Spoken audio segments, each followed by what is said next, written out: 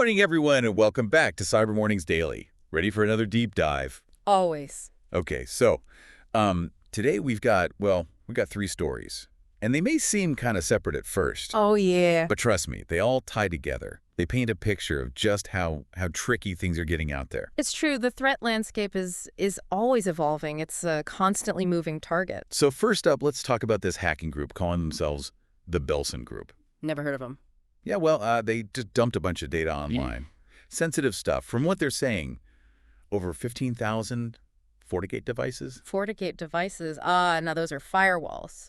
Businesses, governments, they all use them to keep their networks safe. So, yeah, this is a big deal. Yeah, and we're talking like configuration files, IP addresses, even VPN credentials. VPN credentials. Wow. And some of it, get this, was reportedly in plain text. Oh, man, that's bad. That's like leaving your front door wide open. Exactly. So apparently this leak is linked to a zero-day vulnerability from back in 2022.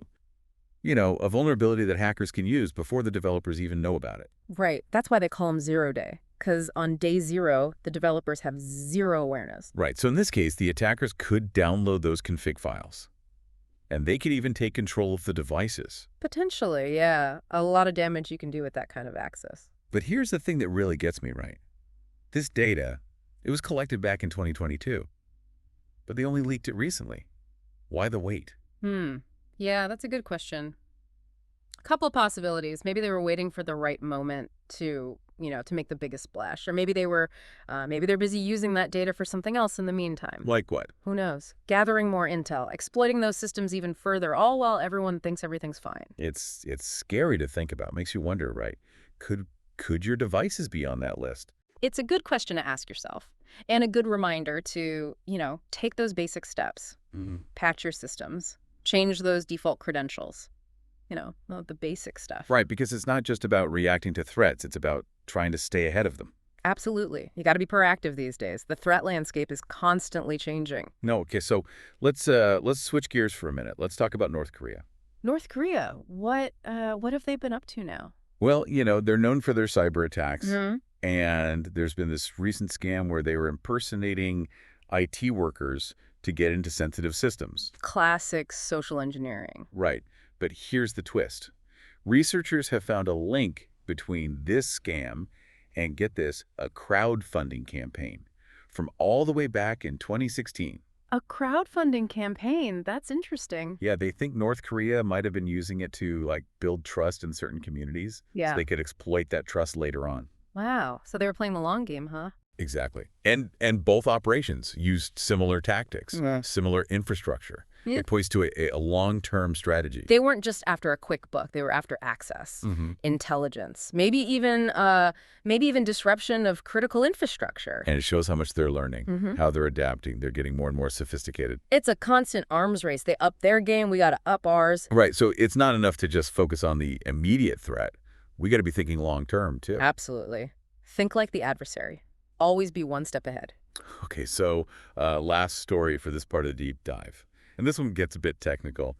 It's about Rysync. Rysync, that file syncing tool. Yeah, it's used for backups, mirroring websites, distributing files through public mirrors. It's pretty widely used. Yeah, I use it all the time. What about it? Well, security researchers have found some pretty serious vulnerabilities. Oh, like what? We're talking remote code execution. Like someone could take over your computer just because you synced a file. Whoa, that's not good. Nope. And here's where it gets interesting. Remember those North Korean hackers? Yeah.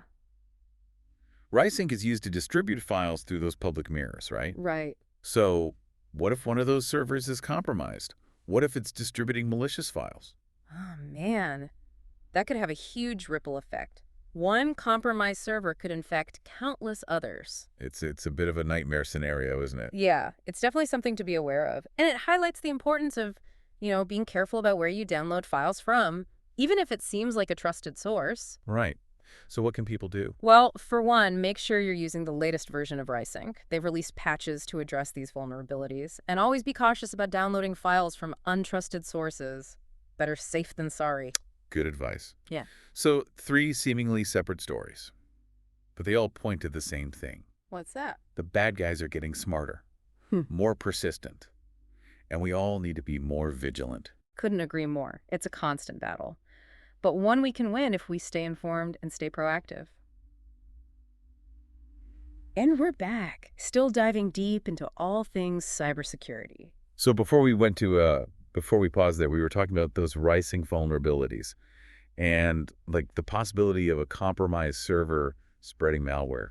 Kind of scary stuff. Yeah, it is. But, the good news is there are things we can do to protect ourselves. Like what? Well, first off, patching. I know, everyone says it, but it's important.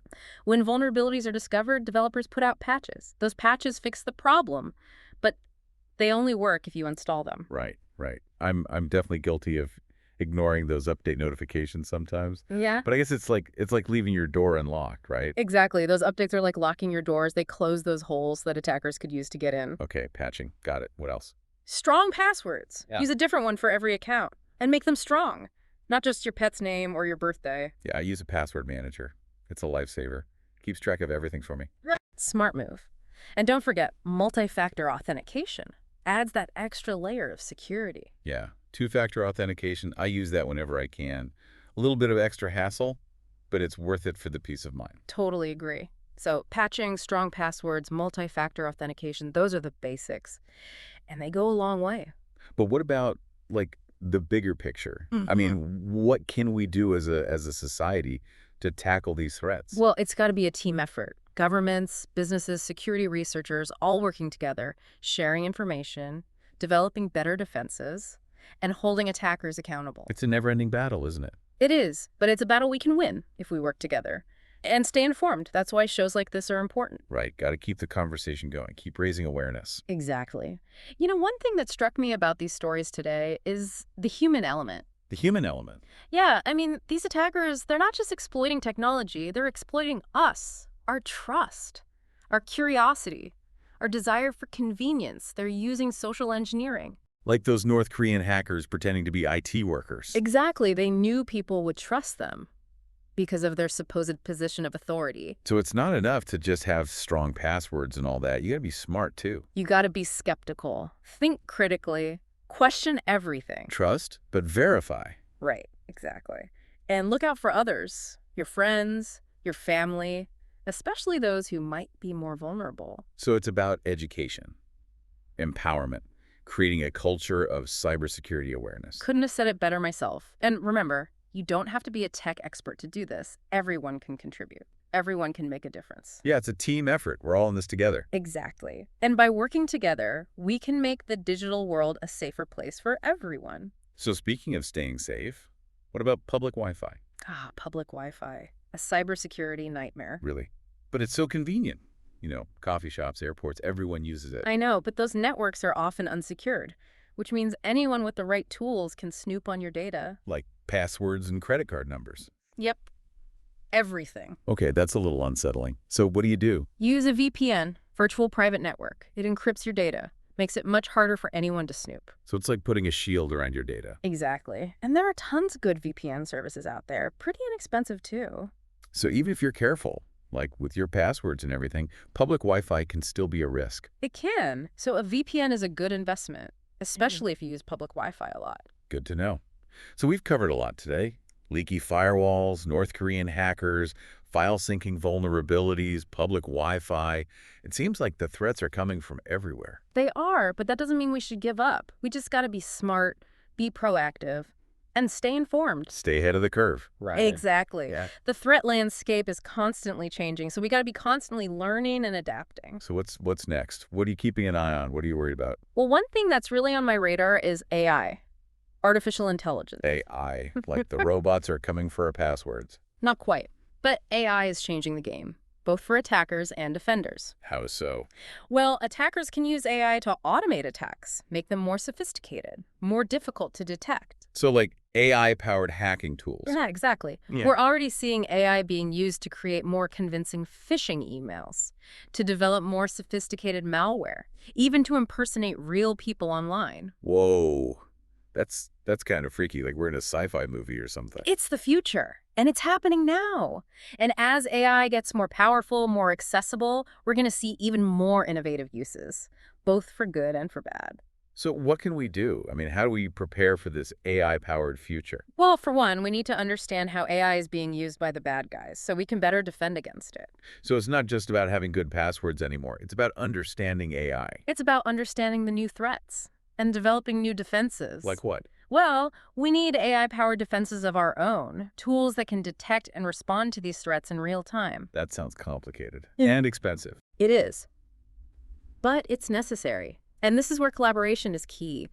Governments, businesses, the cybersecurity community, we all need to work together. So it's a new era of cybersecurity, a more complex era. It is, but it's also an era of opportunity.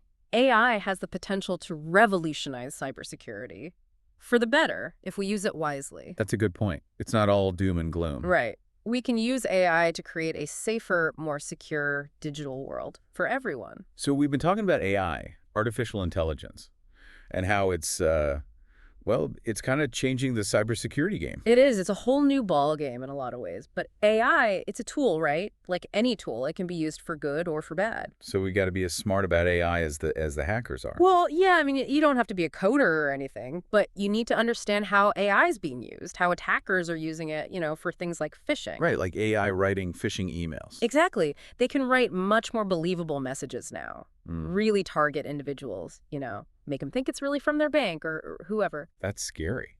So are all those basic security tips like strong passwords and all that, are they even enough anymore? They're still important, absolutely, a strong foundation, right? But yeah, we need more. We need to be thinking about AI-powered defenses, too. So we're fighting fire with fire. Kind of, yeah. We need tools that can analyze tons of data, spot those patterns and anomalies that humans might miss. AI is good at that. Sounds expensive. It can be, yeah. It's a big challenge. And that's why we need collaboration. Governments, companies, researchers, everyone working together. Because this isn't something one person or one company can handle on their own. Right. This is a global problem. And it needs a global solution. So you're saying the future of cybersecurity, it's kind of tied to the future of AI. In a lot of ways, yeah. AI is a game changer. It's raising the stakes, making everything more complex. But it's not all bad, right? No, not at all. AI can also be used to create a much more secure world. Think about it. AI-powered defenses, they could potentially stop attacks before they even happen. Mhm. That's pretty amazing when you think about it. It is. But it's up to us to make sure AI is used for good, that we're using it responsibly, ethically. So what can our listeners do? I mean, it all sounds pretty overwhelming. First off, stay informed. Keep learning about these new threats, these new technologies. There's a lot of good information out there. Yeah, like Cyber Mornings Daily. Shameless plug. Exactly. And don't be afraid to ask questions. If you see something suspicious, if something doesn't feel right, ask someone. There are people who can help. And even if you're not a tech expert, there's still a lot you can do, right? Absolutely. The basics are still important. Strong passwords, being aware of phishing scams, those things still matter. Right. So stay informed, stay vigilant. And talk about it. Talk to your friends, your family. Make sure they're aware of these risks, too. The more people we can educate, the better. It's a team effort. We got to look out for each other. Exactly. We're all in this together.